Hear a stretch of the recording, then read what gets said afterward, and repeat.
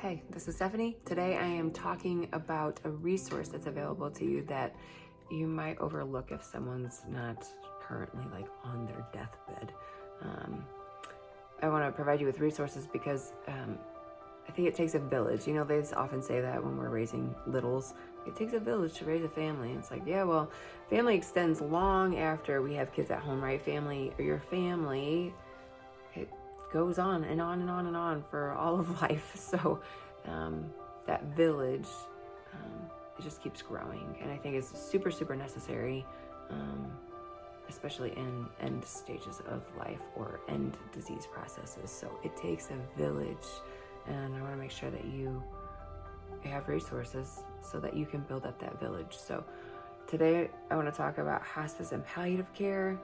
I think often when people hear those terms, they think we're just talking about really end of life type situations, like literally someone on their deathbed. And you can ask any hospice nurse or palliative care nurse, they wish they'd been called sooner. They wish they'd been called sooner because they have so much to offer, so much more to offer than just like those last days that so many people think of with their care. So I want to talk about them. Let's start talking about just the differences. So palliative care's focus is on symptom management. So your traditional doctor that you go to, amazing, right? They're amazing. They are here to make sure that you live as long as possible, as healthy as possible.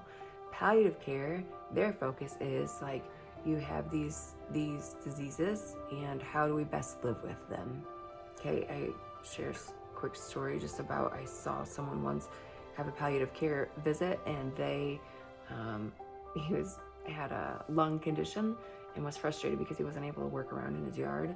And the palliative care nurse ensured that he got longer oxygen tubing so that he could get out to his yard to work around. So, this man obviously is nowhere near his deathbed. He's still working around in his yard, but palliative care came alongside them to make sure that he had the things that he needs so that he could live the way that he wants to still, as much as is possible. So palliative care takes care of symptoms. That's the idea of palliative care. And you don't have to be dying to receive palliative care. You have to have some type of medical diagnosis that's probably not going away. Probably, I say probably because there's studies, and I do reference them in the email, just so you know. You can, if you go to the bottom, they're down there at the bottom, and then you can click on them to go to that. People who receive palliative care, a lot of times they live longer. Studies are showing that they live longer. So they're not only happier because they feel better, they live longer than their counterparts because they feel better, I think. So that's the thing. Palliative care. Palliative care is usually covered by Medicare, most insurance companies. A lot of times they'll do in-home assessments. Who doesn't want that? I mean, it's one less doctor's appointment that you have to get out to make, right? They're going to come to you, make sure that you have the things in your home. A lot of times, I just had someone someone that I'm caring for, that he came and showed me something different that we could do with her wheelchair, because her walker, with her walker, because this is what they do every day, all day long, is to make sure that they have all the tools that they need. So this is a resource for you. Palliative care is a resource for you that make you feel better and is going to be paid for by Medicare. So it seems like a win-win to me. And I think a lot of people are just afraid because they think that means we're dying, and that's not what that means. You can always ask your physicians. If you have an oncologist, if you have a pulmonologist, you have a cardiologist, you have these docs who are dealing with these hard diseases, they might not super love the idea of calling palliative care. That's okay. It doesn't mean that it's not right, and I'm not saying to go against your doctor, because I am super grateful for them. Because of them, we are tending to live a lot longer, so that's a beautiful thing. But palliative care, if you ask for a referral to them, they will come and see if you're appropriate. And you can still receive curative treatments when you're in palliative care. Okay, so you can ask your doc about that. Palliative care. I'm all for them. And then there's hospice care, and hospice care it's like under the umbrella of palliative care. Okay, it's under their umbrella. Palliative care is symptom management. Hospice care is symptom management at end of life. So this is when you're dying. However, hospice care also is usually not called in till way late in the game, and they're often disappointed that they didn't get to come and help sooner than what they did.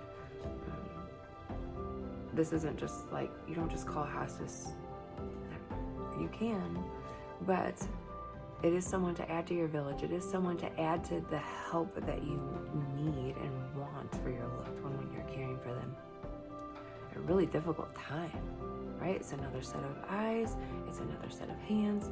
A lot of times, hospice too, they'll take care of like bathing and that sort of thing that can get really tricky towards the end. So hospice care is a great resource too. And I hope by talking about it a little bit and bringing it up to you, it takes some of the scariness away from it, because they really, they're just a fantastic resource.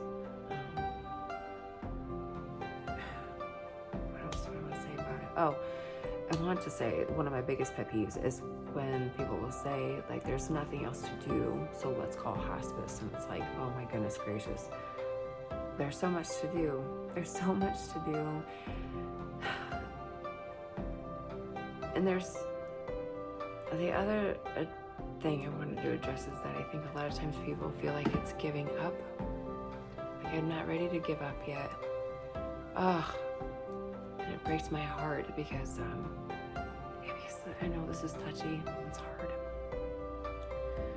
Calling hospice isn't so much giving up. It's not so much giving up. And it's not a last-ditch effort. It's being proactive. It's being very smart. I think it's very smart. Because it's just gathering all the help that you possibly can.